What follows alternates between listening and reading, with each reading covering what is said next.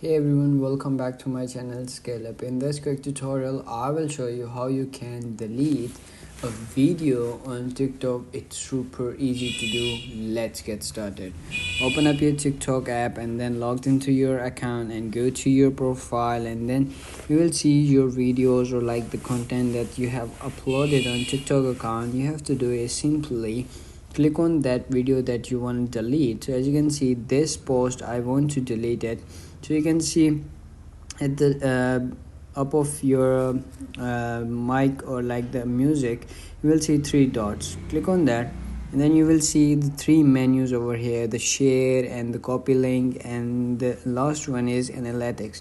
In this row you have to simply scroll to the left and until you see this the second last option called delete.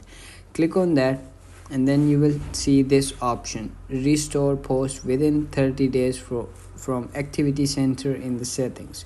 So you don't have to do is go to your restore post or like activity center and then restore this.